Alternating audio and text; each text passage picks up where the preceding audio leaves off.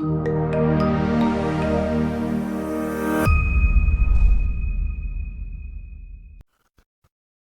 so in this video overview, I'm going to be going over the Seller.Tools warranty program, flow/template, and this is what it looks like once it's installed inside ManyChat Flow Builder. Now, I'm going to just kind of be giving a brief overview of kind of how this works from the user's perspective, but of course, if you want some more in-depth on kind of how to edit the flow and so on, then you're going to want to take a look at the instructions video. You can find this inside Flow Builder, and there's going to be other methods on how to locate this video right here as well. So just kind of starting off, the message is going to kind of thank them for purchasing the product. We hope you loved it, so on. And then there's going to get a Get Started button. Once they click that, then it's going to ask them to find their order number. And of course, there's a link to kind of help them find that order number. Once they find it, they just click, found order number, and then they'll be asked to confirm the order number. Then they'll be kind of giving their confirmation that that's the right order number. From there, it's going to check to make sure that order number hasn't already been used. So it's going to check the blacklist, right, the Seller.Tools blacklist. If it hasn't been used, then it'll continue down the line. And then it's going to check, okay, is this order number, has it been shipped, right? If so, then it's going to continue down the next condition. If it hasn't been shipped, then it'll kind of give one of the responses appropriated to wherever it's at. Theoretically, it should be shipped, especially if you're using an insert, because it's kind of impossible to get an insert without the order being shipped.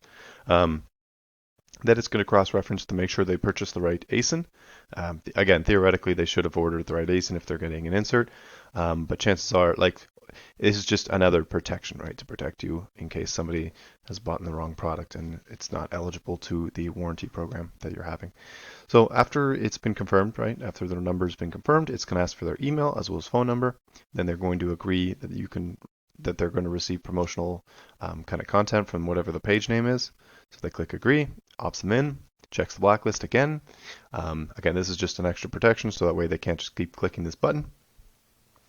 And then it adds them to the blacklist right after this check. So this is again like a check valve of sorts, where it's like it checks it, okay, they're not there, then it adds them in, and then if they click it again, then they can't go through the flow that way again. It will give them this message right here.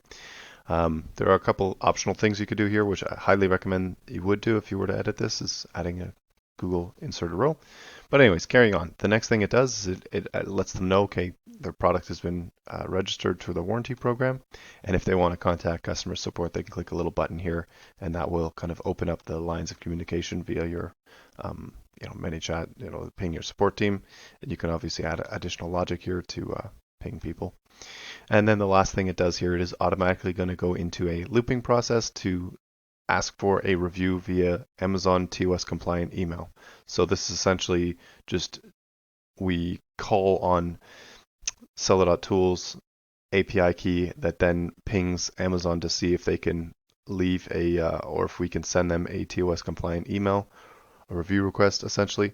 If we can, then it sends it to them. If they can't, then it continues looping. It will continue to loop.